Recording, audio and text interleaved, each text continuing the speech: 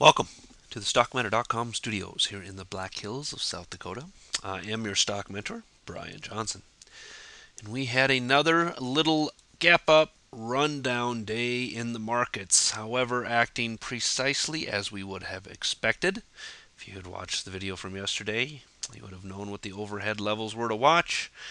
And they hit them, held them nicely today. It was actually very, very strong resistance up there. At the time we were getting up to that, I sent out a quick email to my subscribers letting them know that we were up there and that I was telling them to be very careful if they were long. Did not expect it to break, at least not this first try. Sure enough, we did have a hold of it. So right up here around this 10,300 area, you can see where we did stop. Poked above it, came within about 8 points of the 200 period moving average, which is what we were watching, and then ran back down today, now stopping back at the 20. So a very nice technical move today by the markets, leaving us where overall this is the curious part, and that is just at, on, above, whatever you want to call it, the blue line. This was the line we were watching. Notice how we tagged the 200 on the 60 and the 200 on the daily. I mentioned that should be very strong overhead resistance, and it was. Pulling back now into this area, putting in what could be a potential what? Yes, potential reversal candle. We will be watching more of this tomorrow. Any continued acceleration to the downside would maybe bring us back to test these levels and potentially break these levels. Notice how once we broke the 200, it has been test after test after now test, and can't seem to find its footing up above it. What would be the best thing for it to do? Yeah, some big news, something, whatever, rally on, and gap above it. I don't know if that will happen, but we will certainly be watching that as we come into the middle of the week. So, true to form, not so expected on the first day, but options expiration starts off pretty volatile here. So, we have the big gap up and then the move down in the afternoon. From the NASDAQ standpoint, it was the only one that finished positive by 0.02%. Woohoo. Coming back up into this 1880-ish area, that was my overhead resistance area there. That held very nice as well.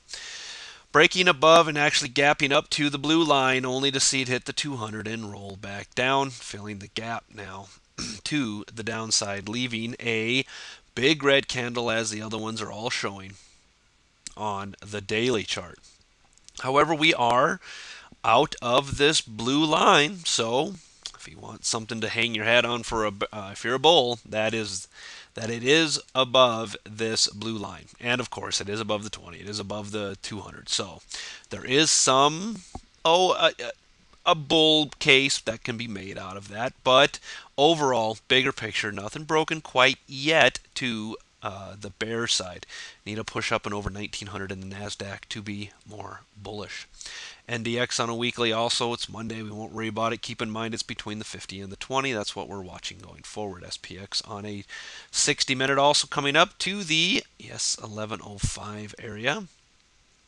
If you guys have liked the description so far, my subscribers, of course, get a little more deep talk on the markets and where I see them going. So I have extra trend lines drawn in. I have extra support resistance lines drawn in. We just have a much better idea from a subscriber side where things are going in the future. If you enjoy these technical analysis charts, please feel free to join me on the subscribers videos. I know there are some of you out there that are looking and watching these going, wait a minute, there should be other lines on here. And you're right, there are. It's just I only put them on the subscribers videos. So they're very similar to what you see here, just a lot more of it, and I get a lot more into exactly where and when I'm taking my trades. So coming back up into this overhead resistance area, holding beautifully as would be expected on this approach. Holding the 200, also holding this 1105 area, one of my major overhead resistance areas.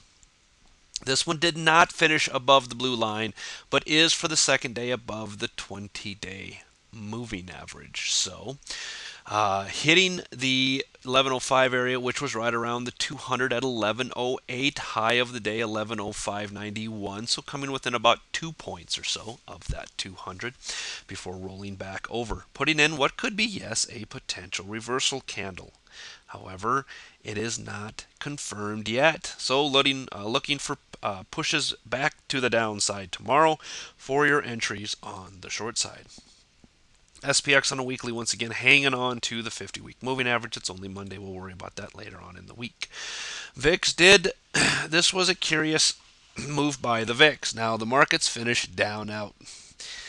Just barely, though. The VIX did finish down today, and the markets finished down. You're going to hear some people say, well, that's a divergence. Well, not really. The markets were only down like 0.2%, so it's not that big of a deal. The VIX was up ever so slightly today, but not to be, don't take it out of context. This still looks like a big push to the upside with a slow pullback for the time being. Any further push up in the markets is going to get us back into this 24-25 area. We'll be watching that area very closely in the VIX when and if that happens this week. Apple on a 60-minute was up 77 cents, but only after a big gap up, run up to the 259 area, now pulling back down again. So when it was all said and done, a move of 77 cents on Apple, but certainly not the most bearish look. The most bullish look if you're an Apple fan. Keep in mind we are above the blue line, and more importantly, these three moving averages. Anything back below about 251 could mean some more downside in Apple. Daily standpoint, putting in the big black candle, it is still above the blue line, so this can be considered a potential reversal candle. Does not mean we're going to go crashing down tomorrow. Now, Apple being up where it's at does have a lot of support to work off of, and that is the 50, the 20, and the blue line. Lots of good support for Apple to get its footing here.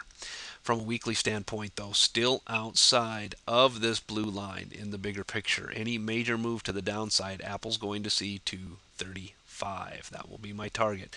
Or whatever it is. The 20-week moving average will be my target when Apple starts to move down at any precipitous rate.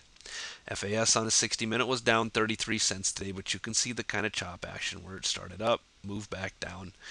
Coming into the 20, hitting this blue line. So this blue line is very nice right here, holding very well as overhead resistance. So is the 20-day, not able to close above the 20-day, putting in what could be considered a thrusting or a dark cloud cover. I don't want to be slicing hairs here, but it is a potential reversal candle as well on the daily. FAS watching for it to break below the $22 mark. FAZ in this nice channel and waiting for a break up and out of this area. Notice that we have retested the 200, so breaks above 1540, 1550 could give you some pretty decent entries. This is not 1550, by the way. It's 1555 or something. Anyway, draw the line in your chart, figure out where it is exactly. But a break above 1540 for the more aggressive, and above 15, let's say 60 for the more conservative. From a daily standpoint, also looking to point back up again. Really want the blue line to hold, and only looking to play it back maybe at or above the 20-day. Keep in mind that is the 1560 area if you want to swing trade this. There are no swing trades to be done in FAS or FAZ at this time. It's straight chop. Basically 1 month of sideways movement at this point. Pretty close to 1 straight month.